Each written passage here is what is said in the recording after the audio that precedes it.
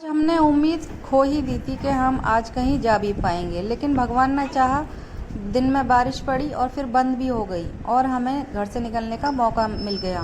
वैसे तो हम काफ़ी लेट हो चुके थे, मेरा तो जाने का मन ही नहीं था, पर ये बोले कि नहीं अभी टाइम है, अभी तो 5 ही बजे हैं, चलो अलीगढ़ चलते हैं, तुम्हें क्या क्या सामान लेना है वो अपना ले आना। मैंने कहा चलो चलते हैं। तो हम तीनों मिल कर के अपनी स्कूटी पर बैठे और बड़ी गुड़िया को घर पर ही छोड़कर हम रवाना हो लिए अलीगढ़ की ओर।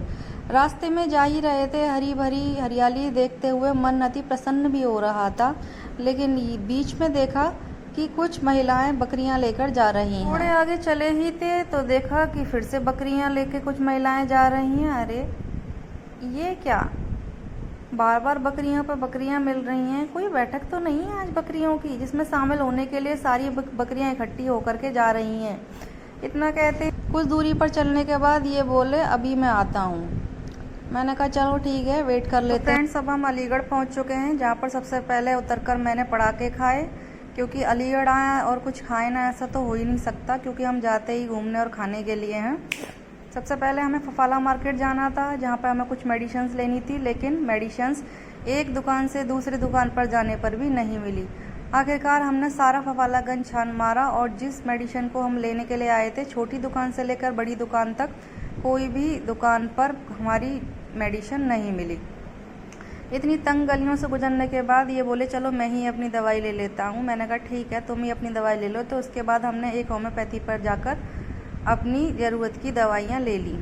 उसके बाद चलो पतंजलि बाबा के यहाँ चलते हैं। पतंजलि बाबा के यहाँ से हमने अपने कुछ दिव्य चूर्ण लेकर के आगे की ओर प्रस्थान किया। अब समय था थोड़ी ठंडा होने का, आइसक्रीम खाने का, तो हम आइसक्रीम खाने लगे।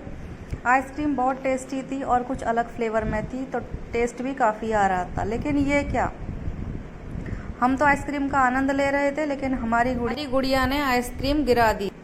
हमने कहा चलो कोई बात नहीं, तुम्हारी तो आदत ही ऐसी, अब तक गिरा गिरा कर खाया तो क्या खाया।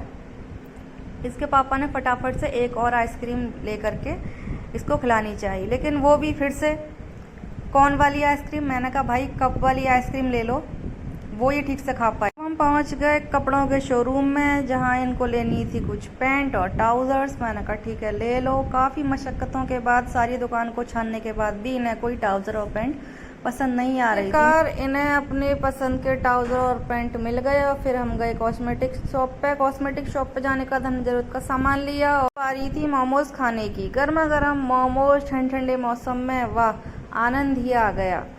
और थोड़े आगे चलने पर हमने देखा ये क्या, ठंड ही आई पर मूंगफली आ गई। मेरा तो मन मचल उठा कि क्यों ना मूंगफली ले ली जाए। मूंगफली लेने के बाद हम पहुंचे सब्जी की दुकान पर, क्योंकि सब्जियां तो हमें लेनी है। सब्जियों के रेट आसमान छू रहे हैं, लेकिन इससे हमें क्या, हमें तो डेली टिफिन तैयार करना होता है और डेली सब्जियों की भी ज़रूरत पड़ती है।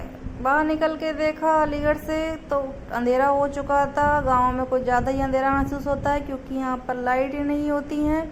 लेकिन कोई बात नहीं, मैंने अपने फ़ोन की टॉर्च से इन्हें लाइट दिखाई और लाइट दिखाने के बाद में हम पहुँचे घर, जहाँ पहुँचकर हमने अपने खाने की सामग्रियाँ खोली। सबसे पहले हमने जायका लिया पेस्ट्री का, जो कि ये लेके आए थे। दोनों बच्चों ने और मैंने मिलकर पेस्ट्री खाई, लेकिन और इन्होंने डिब्बे को चाटकर सारा कार्य संपन्न किया। बच्चों को पेस्ट्रियाँ पसंद आई, लेकिन ये क्या, नोमिका का तो मुँह ही फूला हुआ था। मैंने कहा चल ठीक है, तू मुंह फुलाती रहे, जब तक मैं तेरी पेस्ट्री ख़त्म कर लेती हूँ। तो मिलते हैं अगले ब्लॉग में, तब तक के लिए।